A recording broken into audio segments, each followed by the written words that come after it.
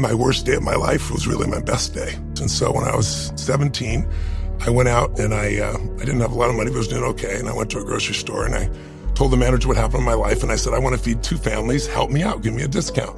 And he gave me 10% off. And I thought, cheap bastard, but I took it. I had the most enjoyable shopping. I took 2 shopping carts and just filled it up for 2 families. And then I called this church and I said, who do you know that needs help but won't ask for it, won't come for it? And they gave me 2 families' names. And so I wrote a little note. I just put, this is a gift from a friend.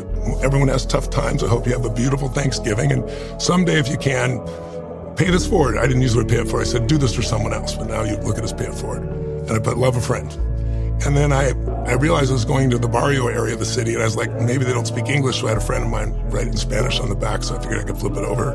And the first house I went to, it's a little tiny place. I knock on the door, and this woman about this tall, Hispanic woman, sees me and sees the food and screams, and then grabs my head and pulls it down, starts kissing me on the cheek and said, no, delivery boy.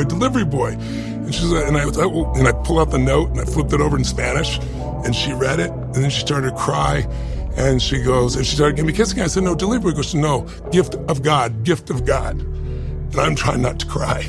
I'm just like, I feel like it was yesterday still.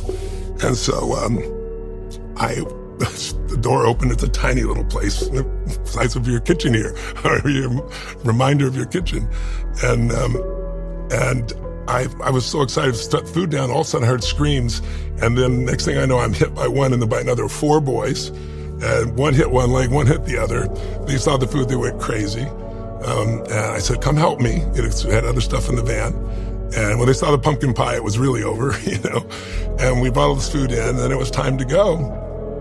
And the father had left them, I found out later, 4 days before Thanksgiving, with no money and no food. And I'm looking through the mirror, and I just started crying uncontrollably. I'm like, why am I crying so bad? This is such a beautiful moment. And I just realized, my worst day of my life was really my best day. The day that was the most painful to me, because that father is the one he adopted me. I carry his name.